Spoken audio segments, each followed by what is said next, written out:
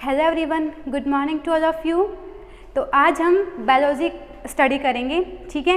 Biology में हम करेंगे प्लांट मॉर्फोलॉजी। इट मीन्स हम मॉर्फोलॉजी ऑफ फ्लावरिंग प्लांट से रिलेटेड टॉपिक पढ़ेंगे, ओके। तो देखते हैं क्या है मॉर्फोलॉजी ऑफ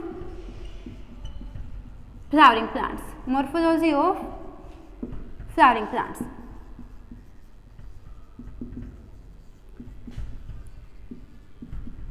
फर्स्टली हम डिस्कस करेंगे फ्लावरिंग प्लांट्स। फ्लावरिंग प्लांट्स होते क्या हैं? फ्लावरिंग प्लांट्स वो प्लांट्स होते हैं जो जिन पे फ्लावर्स आते हैं, यानी कि flower bearing plants flowering plants होते हैं। हम फ्लावरिंग प्लांट की ही बात क्यों कर रहे हैं? क्योंकि जो फ्लावर होते हैं वो मोस्ट इम्पोर्टेंट पार्ट होते हैं प्लांट्स के, बिकॉज ये रिप्रोडक्शन में हेल्प करते हैं। ये रिप्रोडक्टिव ऑर्गन होते हैं, रिप्रोडक्टिव ऑर्गन ऑफ प्लांट्स, ठीक है।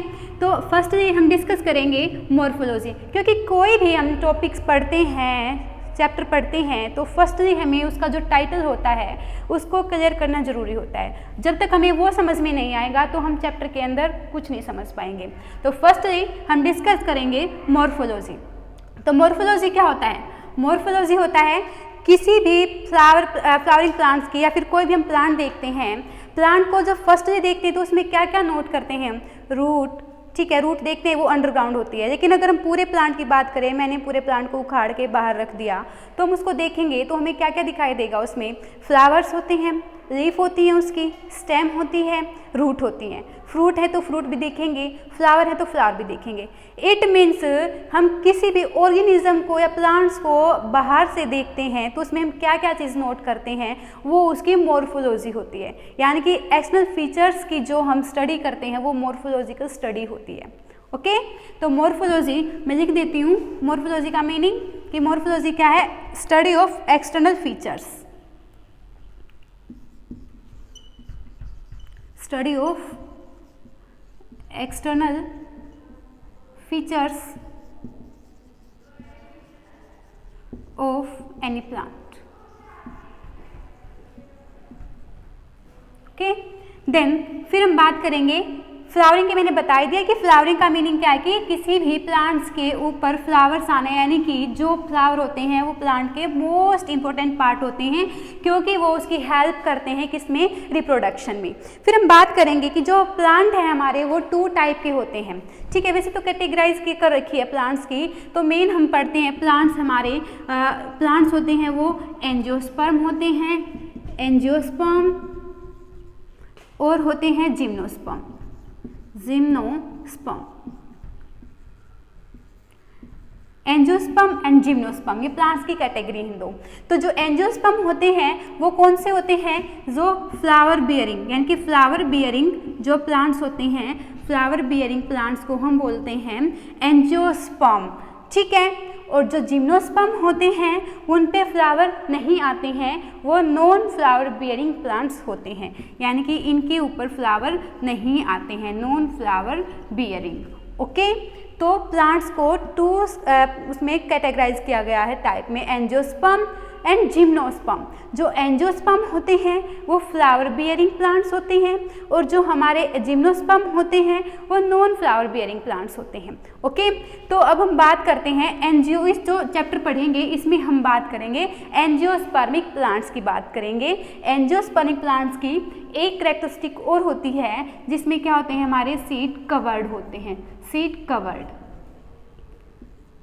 सीड कवर्ड का मीनिंग क्या है?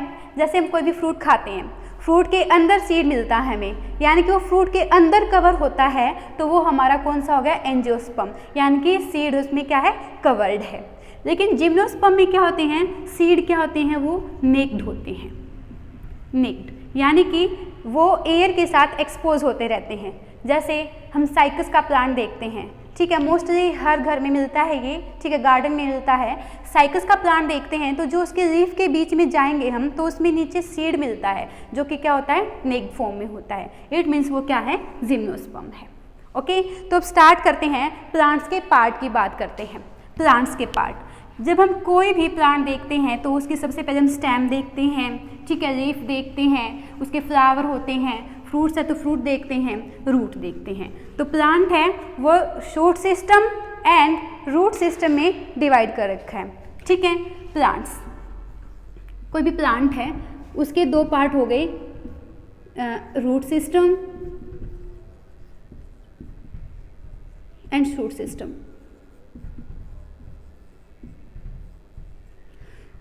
शूट सिस्टम होता है जो अंडरग्राउंड, जैसे मान लिया ये हमारी सोइल है, कोई भी प्लांट ग्रो करता है बिलो द सोइल की जो सोइल होती है उसके नीचे, मिट्टी के नीचे, जो ज़मीन के नीचे जो पार्ट होता है वो हमारा रूट वाला पार्ट होता है, और मिट्टी से ऊपर, ज़मीन से ऊपर जो पार्ट होता है वो हमारा शूट वाला पार्ट होता है। शूट वाले पार्ट से क्या क्या निकलता है हमारा, जैसे कि स्टेम हो गई, ठीक है, स्टेम के ऊपर हमारे फ्लावर हो जाते हैं, ठीक है, इस तरीके से वो शूट वाला पार्ट होता है। तो प्लांट को दो सिस्टम में डिवाइड कर दिया गया, root system and shoot system. Okay, shoot system में मैंने बताया, और रूट सिस्टम में जो अंडरग्राउंड होता है यानी कि रूट सिस्टम। ओके, अब बात करते हैं हम फर्स्टली रूट की। रूट और शूट बनते कैसे हैं, इस तरीके से बनेंगे। जब हम सीड की बात करते हैं, जब सीड को हम जर्मिनेट करवाते हैं, सीड को जब हम क्या करवाते हैं, जर्मिनेट करवाते हैं, मान के चलते हैं ये हमारा सीड है। ओके, जब ये ग्रीन फॉर्म में होगा, यानी कि जब ये जर्मिनेट करेगा तो इसको हम एम्ब्रियो बोलते हैं। क्या कहेंगे हम इसको, एम्ब्रियो। एम्ब्रियो, इसके दो पार्ट होंगे एम्ब्रियो के, एक होगा पार्ट ऊपर वाला यानी कि रेडिकल पार्ट होगा, एक नीचे वाला पार्ट होगा। जो ऊपर वाला प्लूमिल होता है, प्लूमिल, नीचे वाला होता है हमारा रेडिकल पार्ट। जो प्लूमिल वाला पार्ट होता है इससे क्या निकलता है, इससे बनता है हमारा शूट सिस्टम, और जो रेडिकल वाला बनता है इससे बनता है हमारा रूट सिस्टम। इसको याद करने की एक ट्रिक भी है हमारे पास, जैसे कि R4 क्या होता है, रूट होती है, तो R for radical, R for root, तो इससे हम अच्छे से याद रख सकते हैं। रेडिकल वाले पार्ट से क्या निकलती है, हमेशा रूट निकलेगी, बचा क्या, प्लूम्यूल, तो इससे क्या बनेगा हमारा शूट सिस्टम, ठीक है। तो आज हमने देखा कि जो हमारा रूट किससे निकल रहा है और प्लूम्यूल किससे निकल रहा है। अब इससे आगे चलेंगे। रूट होती है जो किसी भी प्लांट की सबसे मोस्ट इंपॉर्टेंट पार्ट होता है, क्योंकि जो पूरा प्लांट होता है वो रूट पे ही खड़ा रहता है, ठीक है। विदाउट रूट प्लांट एग्जिस्ट नहीं करता, क्योंकि प्लांट के लिए रूट बहुत सारा काम करती है, वाटर का एब्जॉर्प्शन, मिनरल्स का, ठीक है, और जो भी प्लांट ग्रोथ रेगुलेटर्स होते हैं उनके सिंथेसाइज करना, तो ये सारा फंक्शन किसका होता है, रूट्स का होता है। तो प्लांट्स के अंदर अब बात करेंगे हम रूट सिस्टम की।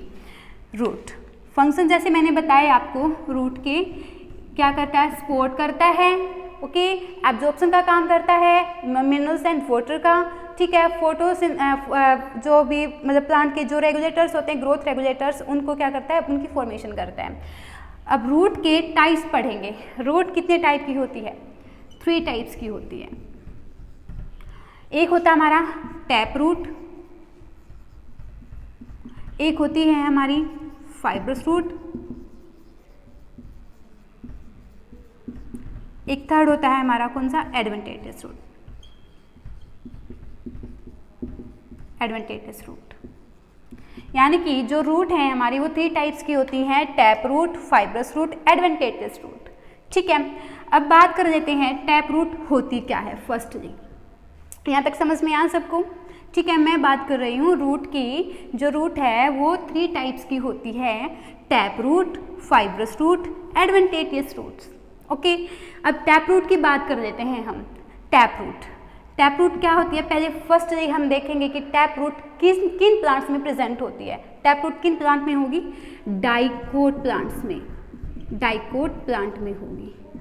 अब कहोगी कि मैम डाइकोट प्लांट क्या होते हैं, ठीक है। प्लांट हमारे डाइकोट यानी कि डाई का मीनिंग 2, जिसके क्या होते हैं, 2 डाइकोट होते हैं। एग्जाम्पल के बेस पे बताती हूँ, पहले मैं इसको ही डिस्कस कर लेते हैं हम, ठीक है। जैसे कि हमारा सीड है, ठीक है, कोई सीड है, उसके अगर वो 2 पार्ट में डिवाइड हो जाता है, एक जैसे हम ग्राम की बात करते हैं, ग्राम चना होता है, उसको हम तोड़ देते हैं, तोड़ने के बाद उसके 2 पीसेस हो जाते हैं, 1 और 2, तो ये क्या है, उसके कोटिलेडन है। तो जिस प्लांट के सीड के 2 कोटिलेडन होते हैं वो हमारे डाइकोट प्लांट होते हैं, ठीक है। इट मीन्स जो टैप रूट सिस्टम होगा किसके अंदर होगा, डाइकोट प्लांट्स के अंदर होगा। तो डाइकोट प्लांट के अंदर कैसा मिलेगा, टैप रूट सिस्टम। अब बात करते हैं हम किसकी, फाइब्रस रूट सिस्टम की बात करेंगे। Fibrous root system. ये किसके अंदर होगा? ये मोनोकोट प्लांट के अंदर मिलता है, मोनोकोट। अब मोनोकोट क्या है? डाइकोट का अपोजिट हो जाएगा। मोनो का मीनिंग क्या होगा? सिंगल, यानी कि वो प्लांट्स जिनके सीड केवल सिंगल यानी कि एक ही डाइकोट कोटिलेडन्स रखते हैं, ठीक है, वो हो जाएंगे हमारे मोनोकोट प्लांट। अब बात करते हैं एडवेंटेटियस रूट्स की बात करेंगे। ये मोनोकोट में एंड डाइकोट दोनों प्लांट्स के अंदर मिलते हैं एडवेंटेटियस रूट्स। ओके, ये तो हमने बात की कि किस किस के अंदर प्रेजेंट होते हैं। फिर हम डिस्कस करते हैं कि टैप रूट कैसी होती हैं। टैप रूट कैसी होती हैं? टैप रूट देखिए, जो डाइकोट प्लांट होते हैं इनमें tap root primary, secondary and tertiary type की होती हैं, ठीक है। Primary root, secondary root, tertiary type. Fibrous root में जो प्राइमरी रूट होती है वो शॉर्ट लिव्ड होती है, यानी कि थोड़े टाइम के लिए ही एग्जिस्ट करती है, वो बाद में क्या होती है? ख़त्म हो जाती है अपने आप। उससे जब लेटर रूट स्टार्ट हो जाती हैं तो वो प्राइमरी रूट का कोई फंक्शन नहीं होता, तो वो ख़त्म हो जाती है। उसके बाद बात कर लेते हैं एडवेंटेटियस रूट क्या होती हैं। देखो, मैंने बताया था कि जो रेडिकल वाला पार्ट होता है, रेडिकल वाले पार्ट से रूट निकलते हैं हमेशा, रेडिकल वाले पार्ट से। लेकिन इसमें क्या होगा? रेडिकल के से छोड़कर, यानी कि रेडिकल से तो निकलने ही है क्योंकि जो प्लांट्स है वो रूट पे ही खड़ा है, तो अदर देन पार्ट, यानी कि जो रेडिकल से अलग जो पार्ट होते हैं, जैसे कि ब्रांच हो गई, भाई कोई उसका लीफ हो गया, वहाँ से कोई भी, यानी कि रूट्स को छोड़कर कोई अदर पार्ट है प्लांट का, वहाँ से जो रूट निकलती हैं उन रूट्स को बोलते हैं हम एडवेंटेटियस रूट्स। एग्जाम्पल है बनियन ट्री, बरगद का पेड़, सबने देखा है, ठीक है। तुमने देखा होगा उसमें कि जो प्लांट होता है ना, उसके ब्रांचेस पे बहुत लंबी लंबी रस्सियाँ जैसी कुछ लटकती रहती हैं, रस्सी लाइक स्ट्रक्चर होती है जो कि, ठीक है, रोप लाइक स्ट्रक्चर, तो वो क्या होती है? वो एडवेंटेटियस रूट ही होती है।